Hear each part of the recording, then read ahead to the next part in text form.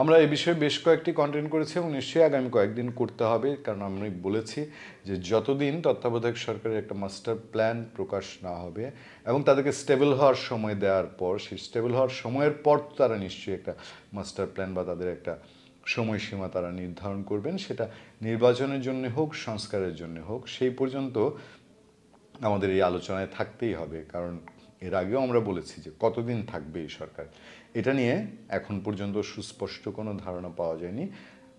উপদেষ্টারা যা বলছেন বা বিভিন্ন দিক থেকে যেটা কথা আসছে যে রাষ্ট্র সংস্কার হওয়া পর্যন্ত, এই সরকার স্টেবল হওয়া পর্যন্ত, সেরকম একটা প্রেক্ষাপটে আমাদের হাতে এখন যে সংবাদটি, সেই সংবাদটি হচ্ছে অন্তর্বর্তী সরকারের মেয়াদ প্রসঙ্গে যা বলেছে জাতিসংঘ।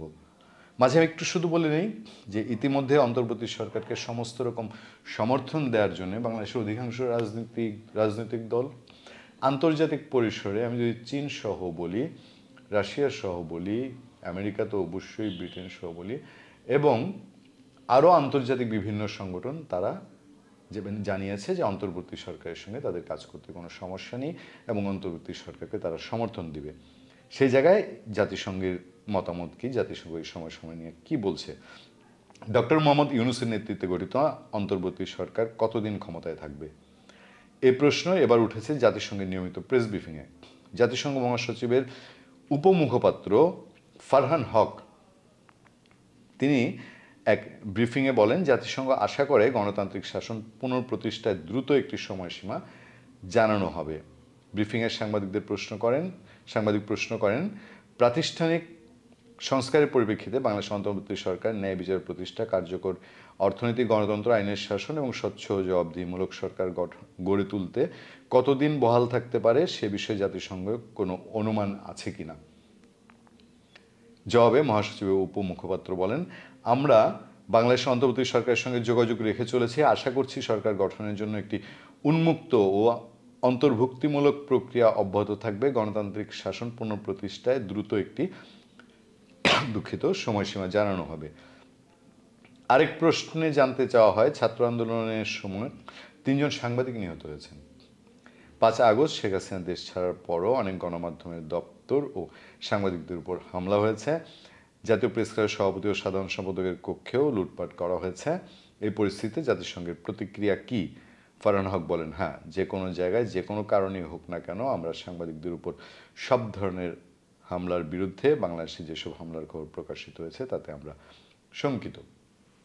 জাতিসংঘের এই দুশ্চিন্তা, শঙ্কা, এটা খুবই বাস্তবসম্মত। এটা নিয়ে আসলে ইতিমধ্যেই বাংলাদেশের অন্তর্বর্তীকালীন সরকার, সেনাপ্রধান বা সরকারি উপদেষ্টারা তারা বারবারই বলছেন যে এই ধরনের বিষয়গুলো প্রতিরোধের জন্য তারা এখন সমস্ত ব্যবস্থা নিচ্ছেন এবং এগুলো অনাকাঙ্ক্ষিত, এবং বাংলাদেশের সাম্প্রদায়িক সম্প্রীতি ধরে রাখার জন্য সবার প্রতি আহ্বান জানানো হয়েছে।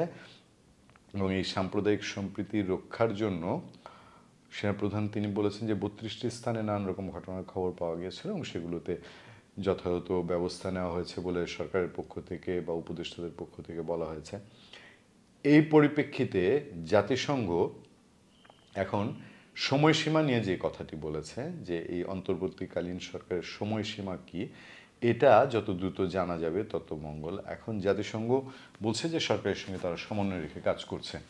সেই সমন্বয়ের অংশ হিসাবে কখন, কবে, কিভাবে জানা যাবে যে অন্তর্বর্তী সরকারের মেয়াদ কতদিন এবং তারা কতদিন কিভাবে কাজ করবেন, কতদিনে। যেমন সংস্কার প্রক্রিয়া নিয়ে আমি এর আগে আপনাদের সামনে কথা বলেছি যে সংস্কার প্রক্রিয়া, রাষ্ট্র সংস্কার একটা অনেক বড় পদক্ষেপ। সেই পদক্ষেপটি বাংলাদেশের মানুষের ম্যান্ডেট নিয়ে, ফর্মাল ম্যান্ডেট নিয়ে আগানো কি উচিত হবে কিনা। আর এটাও ঠিক যে হ্যাঁ, এই বাংলাদেশে এখন একটা নতুন মুখ যে বাংলার মানুষ চায়, যে একটা নতুন নেতৃত্ব, যেটা ছাত্র আন্দোলনের মাধ্যমে প্রমাণ হয়েছে, এটা কোনো রাজনৈতিক দল করেনি। ভেতরে নানান খেলাধুলা হতে পারে, আমরা তো এই আন্দোলন শুরুর পর থেকেই বলে এসেছি। যখন আওয়ামী লীগ সাধারণ সম্পাদক ওবায়দুল কাদের বলছিলেন যে এই আন্দোলনের পেছনে সরকার পতনের উদ্দেশ্য আছে, তখনও আমরা বলেছি স্বাভাবিকভাবে বিরোধী অংশ যারা থাকবে তারা তো সরকারের বিরুদ্ধে যেখানে যেরকম মুভ হবে তারা সেটাকে তাদের মতো করে সেটার মধ্যে ক্যাশ করার একটা চেষ্টা করবে। এটাই বাংলাদেশের ট্র্যাডিশন। এখন সেই জায়গায় এসে আমরা একটি অন্য মুখ দেখেছি যে না, রাজনৈতিক দল নয়, ফ্রন্টে ছিল ছাত্ররা। সেই ছাত্রদের মধ্যে থেকে একটা নতুন কিছু আবার এই বাংলাদেশ পাবে কিনা, এবং জাতিসংঘের বক্তব্য অনুযায়ী তত্ত্বাবধায়ক সরকারের সময়সীমা নির্ধারণের মাধ্যমে বা সংস্কারের সময়সীমার মাধ্যমে, সেটাই আমরা দেখার অপেক্ষায়। ধন্যবাদ সবাইকে, ভালো থাকবেন, সুস্থ থাকবেন। সত্য, করুণা এবং সহনশীলতার সাথে আপনাদের সাথে সবসময় ছিলেন আতিক রহমান পূর্ণিয়া।